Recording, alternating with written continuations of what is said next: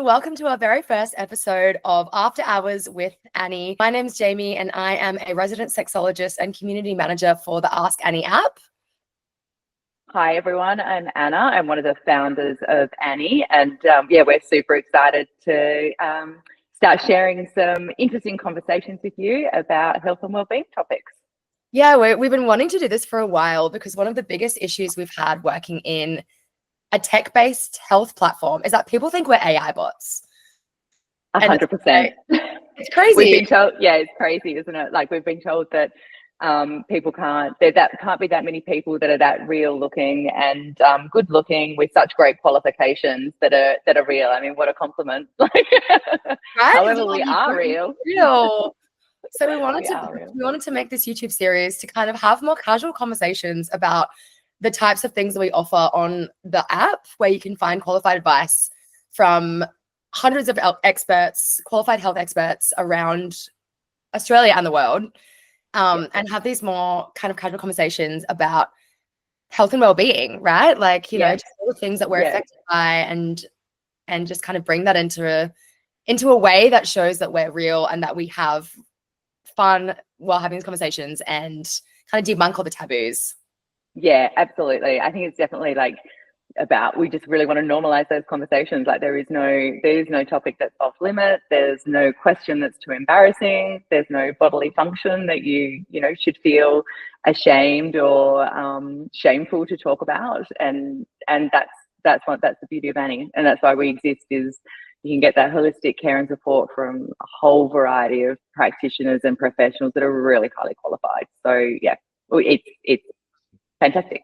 And we just love uncovering the taboo, because why be shameful? Exactly. And I think it's really fun because as a sexologist, I feel like being able to get access to sexologists through an app has never really been invented before. So I feel like people don't really understand that you can now kind of get access where you can ask sexologists and people that specialize in sex, intimacy, and relationships, and really ask even quite simple questions and get that advice where you don't have to book a really long consultation. Yeah, just absolutely. I just ask whatever's on your mind. Yeah. And I think the thing for me, what I've discovered throughout this entire journey of like the creation of Annie is, particularly in and around the topic of sexology, is that it's so multifaceted. Like it's not just about what happens in the bedroom, although that's very important for everybody, and we'll share some interesting stats as to why. However, it's so multi-layered, and that things that you might think are affecting mental health could actually be solved by a sexologist and their skills and qualifications and interpersonal relationships that everyone holds in every space in their life, not just in the bedroom, but outside of too. So it's just really fascinating. Yeah. And just that connectivity of what might be what would present as like a mental health issue, whether that's anxiety or depression. And then when you kind of open Pandora's box and realize that it might be because you're not having satisfying or quality sex with your partner anymore, or you're not being able to orgasm, or you think there's something wrong with you in the bedroom, or, and then you realize that might be the source of your anxiety. And then you go, well, why am I not feeling desire? And that might be connected to something like hormones. So it might be quite multi-layered in terms of health. And that's why it's fun to talk about, because there's always a root cause. And it's like, how do we kind of break down those different pathways to figure out what the actual cause of that symptom is? Yeah, and I completely agree. And learning, it's really equally as much about learning about yourself as well, isn't it? Like you can go to more traditional forms of health and well-being, where maybe you go and see a GP and you get given a medication, which is in a lot of instances that's something that's required, and we 100% agree with that. However, there's certain situations where it's something that can't be medicated, and it's something that can be unlocked or looked after and in a different way, but it's such a personal journey. And I think that's where Annie is really helpful, is helping people get on that personal journey, whatever the topic is, to really help themselves. Definitely. And I think a lot of people don't know that sexology is the thing that you can access to talk about your sex. And I have had so many negative experiences with GPs, with even sexual health, like testing. I felt slut shamed at times. I felt judged. I felt that a male GP has absolutely no understanding of female health or things like pain and periods and getting like contraception put in where they refuse to give me like painkillers, like all of that. And it makes a really yeah. negative, it stains your experience, right? And then it's like, you don't want to go back and seek that health advice. Be working with someone that like generally understands and knows and gives a shit about your experience. About what that experience and what that means to you as an individual. I completely agree. And also that there's things that go on and happen that, again, you know, maybe it's not contraception that solves that problem for you. It's, as you were saying before, it's a hormone challenge, which is far more deeply rooted than being on a contraceptive pill or others. And I just remember that's just like so triggering. I remember being like a teenage girl, and even as you're saying, like talking about periods or heavy periods, or just going through that whole journey of life, and the offering up of contraception straight away to lighten period flow. And you just think, oh God, being on that from like such a young age, like 16 or something, because that was the solution, when it could be something back in the time, you think there could have been multiple different things that could have been done to help that out. But I think it's not knowing where else to go or where else to turn to for that advice. And that's, I think, what's so unique. Hey, like, it's, people don't talk about sex enough. They're embarrassed. They're shameful of it. Like, the bedroom seems to be so taboo. And like, I mean, I know, like, even what we were talking about before, like it's ranked, correct me if I'm wrong, Jamie, but isn't it the required source of happiness for most humans is when when they're having sex?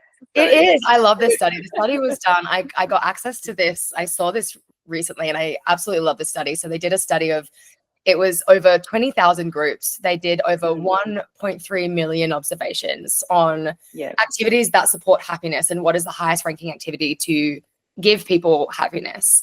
And sex and intimacy was number one at 14%, which, you know, as a sexologist, I'm like, thank you. I know. Seeing that from such a large case study is truly amazing to see that for so many people, sex is the number one source of health and well-being. So I think it went like sex and intimacy at 14%. Then it was followed by theater, dance, and concerts, which is also a vibe. And then it was followed which is also a vibe. I know. Wouldn't we love that?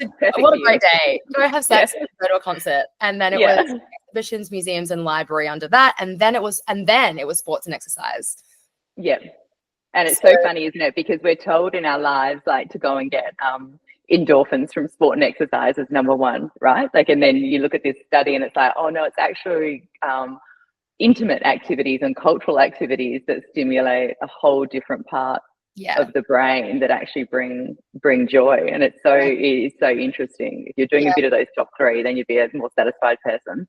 So and also, I also feel the interesting thing with sex and intimacy is going back to what you were talking about before, where you've, you know, had experiences where you felt shame, or been in a medical environment where you've been slut shamed and things like that, or maybe you've had anxiety in relation to sexual relationships. And I just think it's quite interesting when we were going through and we were prepping for our webinar to say, what are we going to talk about? All the information that we found in and around pornography, and how that also, it's something that should make you really, really happy, but how people digest and learn a lot about sex these days is through pornography. And pornography can bring these really triggered responses of body image and anxiety problems and performance problems, which then has this knock-on effect. And I think that's where something like a sexologist or sexology, or just being able to normalize that discussion, really helps to just remove that stigma of where you've learned these things or potentially learned these things in life. So it's super interesting. Absolutely. I was having a conversation with a friend the other day about porn, and how she was saying, she was like, I've never watched porn before, but the only time I have watched it, like, I don't watch it for pleasure. I watch it to learn. She was like, I watch it to learn how to give a blowjob. Yeah. And I watch it to learn how to do a certain sexual act. And I'm like, that, as a sexologist, you're like, no, don't do that. And I feel like that's the vast majority of Australians have learned certain sexual practices, or how to do certain things, or what like sexual etiquette looks like in sexual experiences. And we've started watching porn where it's like the average age for a young person watching porn is like 9 years old, like for the average boy, or by horrifying. Like, I can't what is it? 9 to 16. 9 to 16. 9 to 16. 44% of children aged 9 to 16 in Australia have encountered a sexual image in the past month, which is insane. So you're looking at that stat, nearly half, and you're watching and observing and learning all these sexual practices. There was this other case study that a woman did, and she was tracking. She found 100 porn videos across porn sites where they're free and accessible, and she just tracked down the markers of like gendered and domestic violence. So looked for sex, and she found that 98% of these videos, so 98% out of 100% of these 100 videos, had sexual violence in them, which was like choking, spanking, sexual objectification, degrading comments, slut shaming, all of this. It's like if so many people are watching porn, and then so much of the porn that we have access to is promoting sexual violence towards women. Let me just say as well, all of this was like obviously done towards women, or like heterosexual encounters in porn. With a man and a woman. No wonder we have such high levels of sexual violence culture in Australia, and we have so many grey areas, and people don't really understand consent. Like 50% of adult Australians don't fully understand consent, which is like our age. And I just also feel like that is like, what is sex education today? You know, like I obviously went through school a long time ago. However, like sex education was so basic and so more about procreation than respect and intimacy. It was more like this is almost a thing that you just have to do because that's what you do to have children. And I know it's evolved a lot since then, and I don't doubt that. But sex education and what it is and what it means and what it should stimulate as a discussion is, again, so multi-layered, isn't it? Because it should be about respect. It shouldn't be about violence. It should be about an intimate form of connection, really, which is where I go back to that study. And I think the happiness must be connected to those positive experiences and the joy that comes from that intimate connection at that exact point. And I think the more that people can understand that that's the authentic reason behind those intimate moments, and it shouldn't be violent, it shouldn't just be about falling pregnant, it shouldn't be about all these other pressures about how your body looks, about what you saw on porn, then it could just stimulate pure happiness. And I just find that really interesting as a topic, with all the mental health complications in the world as it stands today. You can see how we're creating it as a society, like the layers that are put on it. And at the end of the day, it should just be about intimacy and joy, shouldn't it? Like in its simplest, purest form, and promoting and educating on that. Which is why lovely people like you exist, to help the world understand that. And so many people don't know how to talk about sex with their partner, you know, and I think that's a big thing that we see is like, if we're talking about how do we recreate sex education for adults, because like we're not in school anymore, but we need to have access to this education and this support where people can talk about their sex lives, because sex can be the basis of your happiness and your joy. It can be the thing that brings the most happiness in your life based on that study, which we know. Like when you have an amazing sexual experience with someone and you feel really deeply connected and it's pleasurable, like that's the best. I'm to look at feeling, right? It's why it's so good. And then you have the darker side of the coin, where it's like if you have a negative sexual experience, that can dictate negativity within your entire life, because then you're affected by body image. You can be by things like abandonment or loneliness. You can feel pain, you can feel shame, you can feel embarrassment, you might feel really lost. Like all of these things bundled up in what people need help with when they don't understand or how to communicate in sex life. And it's like, how do we kind of like learn those communication styles and make sexual experiences, pleasurable sex experiences, the norm, instead of it being the opposite way around, especially when we have things like the orgasm gap, where other study was done where they tested, and this is all in heterosexual relationships, so I'm sure that like female and female relationships or people with vulvas would have a higher rate of sexual I would assume shock, surprise, but they did this test on heterosexual couples, so like women and men, and they found that when men masturbated, they orgasmed around 96% of the time, and when they had heterosexual intercourse, they still orgasmed about 96% of the time. But with women, when women masturbated, they were able to orgasm, I would say, around the 92 to 94, 5 percentile, which is still high. But with intercourse with a man, they only orgasmed around 40%. And that is like a clear example of what orgasm gap is. And people come to me all the time being like, I can't orgasm with my partner because like maybe they don't know their own female pleasure and their male partner doesn't understand female pleasure because we weren't taught it in sex ed.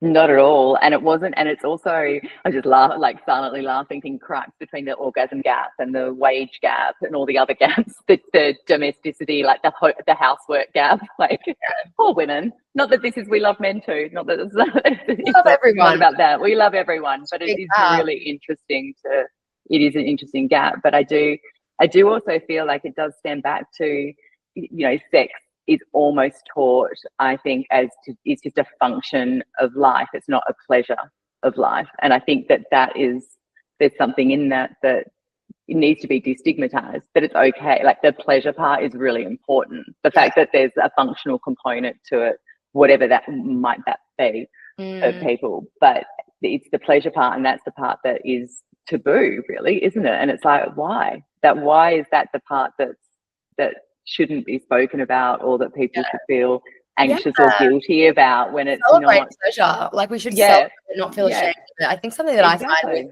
with our society is that I think we feel like we have to earn our pleasure, whether it's holidays, whether it's having sex at the end of the day.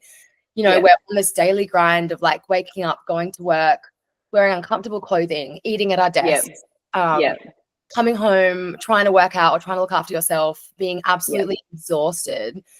To then try and have sex with your partner where you're probably both too stressed out and too tired to even have sex. If you do, it's not that great. I really feel like you have to have done something to earn that pleasure, where it's like what I want to bring back is like a pleasure-centered life where it's like pleasure to be at the forefront of everything you're doing. And I'm for hedonism this year. I think I'm personally like hedonism is back, and let's bring that back into our sex life. Bring it back. Yeah, absolutely. But like bringing pleasure back into being like, you actually, like as a human, you existing is enough to be able to enjoy and engage with pleasurable experiences daily. And focusing on like, how can you bring pleasure to the forefront of your mind all the time? Where it's like, how can you make sure you're experiencing at least one pleasurable experience a day? And it doesn't have to just be sex. It would be great if it was. It shows higher levels of satisfaction, overall happiness, lower anxiety, lower depression.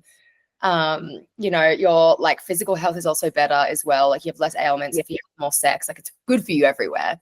It's good for good cardio, good everything. Cardio, good for your body, good for your mind, good for your soul. But it's like, how do you bring back those pleasurable experiences where it could just be like the clothes you're wearing? Do you feel comfortable? Do you feel good in your body? Was it the food you're eating? Are you getting quality sleep? Like what music are you listening to that bring out that pleasurable experience for you? What does your bedroom look like? I found that on the stat that we were talking about where sex was the highest ranking happiness activity, ironically the lowest ranking activity was being sick in bed. So like how ironic that the best form of activity and the worst are both in bed, and how that impacts us and impacts our happiness as humans. So create an environment to facilitate like good sex where it's like decluttered and it's nice and you're not working in your bed all the time and you're eating in your bed, like how important that is as well. 100%. And just actually understanding that pleasure is so important, as you say, on so many levels. And in that intimacy, I think one of the most interesting things for me that I've discovered in like our relationship is just learning more about sexology and the sorts of things you deal with. Because even if you look at the happiness report that we were looking at, where like, sex is at the top, and then the next layer down, the next highest ranking was around those cultural activities and visits. And you think that's pleasurable too. And that's a great thing to share with a loved one or intimate partner or whatever it might be, that you can start to look at how do you form those intimate bonds and connect in multiple ways. So when you do get to the bedroom, it's even more enjoyable and more pleasurable because you've really connected on that human to human basis. And I think that's what's so interesting about sexology. Like it is about interpersonal skills with intimate partners, and it's kind of a lost art in so many ways. As you say, people can't talk about their sexual needs. They struggle to have intimate conversations and be vulnerable.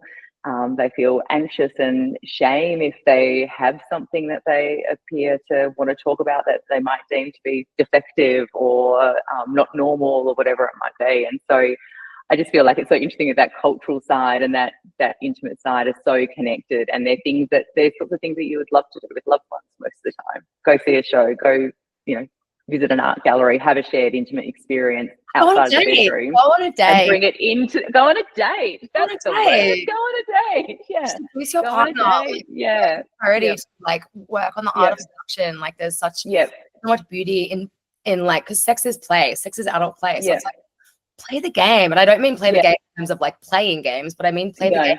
Like lean into the seduction of it all. Like it's sexy and it's fun. Like there's one of the top things I work with couples on is they go, we're not satisfied with our sex life. One person feels like we're not having enough sex, and the other person feels the pressure because they feel like they're not giving that other person enough sex, or they're just not having sex in general, or the sex is boring. And then I go, okay, well, how often do you go on dates? And they go, oh, we haven't gone on a date since the kid was born 2 years ago. And I'm like, well, okay. like keep up with a happy, healthy, regular sex life. If you're not like prioritizing one-on-one quality time with your partner to keep that spark alive. It's like water the plant. Like if you don't water the plant's going to die. Yeah, absolutely. Absolutely. And I even think, going back to your point on pleasure and hedonism and bringing it into every day, like even simple things like, I mean, I'm very lucky and incredibly spoiled. I get like an espresso in bed every single morning, like hand delivered. And it's like by my husband, who makes it for me and brings it. And I look at that and go, that is like one of the most pleasurable things in the whole world. I know. Go and put that on my boyfriend. Exactly. Hello. That's so funny because I feel like that's my partner's dream. Like he wants me to give him, because he loves coffee, and it's like that. Normally I get up and make coffee and he loves it, and that's like a love language. It's a love language, right? And it's intimate, and it's a form of pleasure that you're sharing and saying, well, you do love you love each other, and you have this connection that's intimate. And it's just these little signs of intimacy, as you say, like the dates and the little gifts and the pleasure moments that are reciprocal throughout the day are so important as well. I love that so much. Great. Just like take it away, and I say this with a grain of salt, understanding that as women we have so much more emotional labor, we have so much more physical in the house. Like women take on the brunt of the emotional and household labor. There is so much research and statistics to back that up. We know that as women, right? We live in a society that is totally patriarchal, and all of that aside, the act of like serving each other in that way of like both having those moments of like servitude. Servitude. I think it's servitude. We'll fact check that. Where you're both doing these nice things for each other throughout the day, throughout your lives, and just reminding each other that like the romance is still there in different ways. There's a lot of different ways you can show love. Lots of love. And I even think, as you're talking about that, it's about being seen as well, which I know is like, that's important for everyone, right? Like people want to be seen, and they want to be seen as who they are, and that is you want that from your most intimate partner more than anyone else in the world. You want to be seen, and I think those little moments show that, and that just can only lead to more, I guess, meaningful conversations or more intimate experiences, and whatever they are for the individual and the couple. But and it's so sad. I mean, like it's so common that so many people don't know how to ask for their needs. And that's a huge disconnect as well, of like, if you create this two-way dialogue with your partner, or even as a like a single person, doesn't really it doesn't matter, but like being able to sit in and recognize what your needs are and identify what they are, and identify how to ask for them to be met is a total game changer. And it's like, that's the goal of a partnership, right? It's like to understand your partner's needs, and then to give them what they need, and trust that they will do the same for you. And so it's exactly like beautiful give and take. It's not like a tit for tat, which I think a lot of people operate on a tit for tat kind of mentality, which is for sure it's definitely or sexy, or it's it can lead to like toxic behaviors kind of coming out. But it's like both just, without really asking or demanding it, like do the thing the other person needs. That's absolutely the lasting relationship. And it's tuning into each other, isn't it? And that's really hard. It's not always easy, and pressures of life get in the way for sure. But I 100% agree. It's like the foundation of any good relationship, isn't it? I often think that, like, would you treat your best mate or your best friend or whatever sometimes in how people end up treating their intimate partners, and would you take them for granted? Would you not call them back? Would you, like all of these little things that you can build animosity towards an intimate partner really, really quickly, probably faster than any other relationship in your life. When your best friend calls and you're like, oh, yeah, exactly. You're like, talk to them. What's up, girl? It's like keep that alive. I always think about this in terms of your own, the way you treat yourself and your own thoughts around your body and body image. Where I'm like, those negative thoughts that come up, about being like, you're overweight, you don't look good, you don't look like that person, that magazine, everyone is so thin. On Ozempic now, so you're like, what are those things that are making me feel shitty about myself? And it's like, you wouldn't talk that way to your best friend. No. You do the opposite. You hype them up. You tell them they look amazing. You focus on their best assets. You make them feel really good about themselves, but no one really does that for themselves, and that really dictates your overall self-esteem and confidence, especially sexual confidence as well. 100%. Yeah, 100%. And how you can go into any situation feeling confident, really, isn't it? And then when you're at your most vulnerable, like, about to be intimate with someone, of course, it's just that's the most, I guess it is your most vulnerable moment, isn't it? And if you're having all those thoughts, then how can you turn that into a constructive, positive experience? It's nearly impossible, isn't it? Totally. Yeah. And even like I have moments like as a sexologist, like I still have moments where I feel nervous or I'm like embarrassed or like these thoughts that are like deeply ingrained in my psyche from growing up as a woman in Australia. Yes. Yeah, like they still come up, and you have to train yourself to like notice that thought and choose to leave it alone instead of fixate on it. And that's a daily practice. Like learning to let go is a daily practice. 100%. And I think that's a good lesson for all aspects of life, isn't it? Is just let it go. Like don't. I think if you fixate it and give it airtime, then that becomes the thing, doesn't it? That becomes the thing that you're most insecure about, and that carries forward with you into any aspect of your life. So yeah, it's good advice. You're very good at your job, Jamie. And just like you can just like when you have really amazing quality sex with someone, and again, it can be casual, it can be in a long-term relationship, it can be somewhere in between, but when you have those really great validating sexual experiences, you have this like you have that confidence within you, you have that fire within you, you have like you're glowing, it's like you're unstoppable. And that's kind of where I want everyone to get, where it's like if you have these really gratifying sexual experiences, it just trickles into the rest of your life. It's like you can tell when someone's has a lot of sex and they're relaxed and they feel happy. Yeah 100%. Like I definitely feel I'm a way better version of myself when I am having like more satisfying quality sex than when I'm like when I wasn't. You're just not. Or you're stuck in a situation or in an intimate part that you don't want to be in, or whatever that might be. 100%. I also just feel like it's such a topical thing, isn't it? The connection of sex and happiness, and how that could make positive sexual experiences and their connection to happiness, how that can make the whole world really a better place, which is probably what we kind of need right now. Right? Everyone needs to be having more sex. Everyone needs to be having more sex and intimacy, right? Like I think it's important to also say that it's also so normal to go through phases of not wanting to have sex and life gets in the way, or maybe you have kids or you're stressed at work, and like it's also that intimate side of intimacy isn't always sex. It's like, and sex isn't always, you know what I mean? Like those two things, having those intimate moments with someone is also so validating and so important, where it's like the human connection part. That's and again, like that's the money maker of sustaining happiness in your life. It's community and connection and intimacy. Like they're the three things. And again, I think that's where sexology is such a fascinating topic, because it is teaching intimacy, isn't it? And I just feel like in the world we've lost a lot of that. Like people, you've got to be intimate, you have to be vulnerable, and to be vulnerable, you have to have some certain level of confidence about you to show vulnerability and be willing to accept rejection or whatever might come from giving that vulnerability out. And so being able to just really positively keep building, I guess, the resilience around your own intimacy journey is really, really important. And I think that then is the foundation, isn't it, for a happier, healthier life in the bedroom, out of the bedroom, any relationship in life. If you can have that, then you've probably got a great foundation.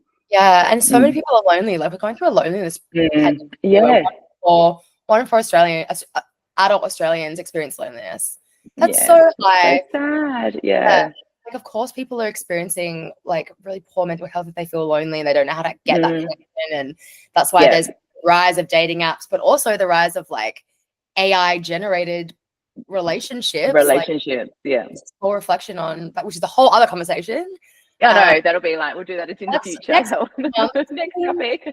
But yeah, it's just truly fascinating how much sex and relationships or loneliness impacts well-being and what that looks like post-pandemic, where we're just moving further and further into this digital world and this digital age of information, where it's like, how do you keep those like moments of connection? Yeah. And it's so funny because that's, as we know, that's from our perspective, that's a core point of Annie, isn't it?